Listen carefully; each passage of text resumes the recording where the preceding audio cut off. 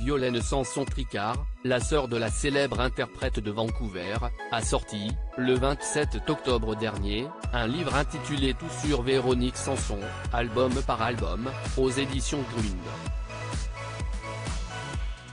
Un ouvrage dans lequel elle revient sur les 28 albums et les 50 ans de carrière de la chanteuse. À cette occasion, la sœur de Véronique Sanson a accordé un entretien à Gala. Elle y revient notamment sur le mariage de l'artiste avec le rocker Stephen Stills, l'homme pour lequel elle a quitté Michel Berger, en 1973. Un mariage qui n'a pas été vraiment heureux selon l'auteur du livre. Il y a eu le jour de son mariage. Elle l'a déjà raconté. Quand j'ai vu qu'elle s'était entaillé les veines, je lui ai dit, viens, on se barre, explique-t-elle dans les colonnes du magazine. Et d'ajouter, elle n'a pas voulu car il y avait les Beatles, les Rolling Stones, que les parents étaient là. À cette époque, Véronique Sanson subissait les violences de son conjoint. Et les choses ne se sont pas arrangées avec les années. Mais Véronique Sanson cachait à son entourage le cauchemar qu'elle vivait. Quand elle parlait de ce qui se passait dans son couple, ça ressemblait à une crise, une engueulade, pas plus. Je n'ai jamais soupçonné la violence, a indiqué Violaine Sanson-Tricard. D'autant que des milliers de kilomètres séparaient les deux sœurs. Véronique Sanson vivait alors aux États-Unis, sa sœur, elle, était restée en France.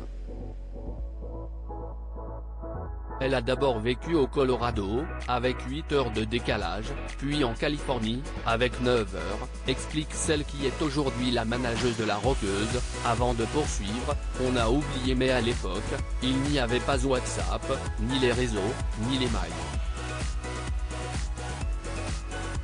Une période durant laquelle les deux sœurs se sont éloignées par la force des choses. Véronique Sanson, vivre avec Stephen n'était pas facile en 2015, lors d'une interview accordée au Journal du Dimanche, Véronique Sanson s'était confiée sur sa relation avec Stephen Stills qui n'a pas été sans souffrance. Vivre avec Stephen n'était pas facile. Il était tout là-bas, moi je n'étais rien. Mais j'ai pardonné à tout le monde, même à moi, avait-elle déclaré. Et de conclure, pardonner tous ces moments grotesques de lutte, de volonté d'être le plus fort. Redevenir humble. Ça prend du temps, la vie, même quand on arrive à mon âge. Au bout de 6 ans de mariage, et après être devenus les parents de petits garçons prénommés Christopher, le couple a fini par divorcer. Véronique Sanson était alors rentrée en France. Un divorce qui n'a pourtant pas entamé la tendresse que l'ex-épouse de Pierre Palmade a pour le père de son fils. S'ils ne se voient que très rarement, les deux ex-amoureux s'étaient croisés en 2018 lors d'un concert événement au Francophonie de La Rochelle. Je sais qu'il m'aime et je sais que je l'aimais. Et je l'aimerai toujours. Quand on se voit, il y a toujours cette fascination. Si est magnétique, avait déclaré celle qui a eu un cancer de la gorge dans les colonnes de Gala.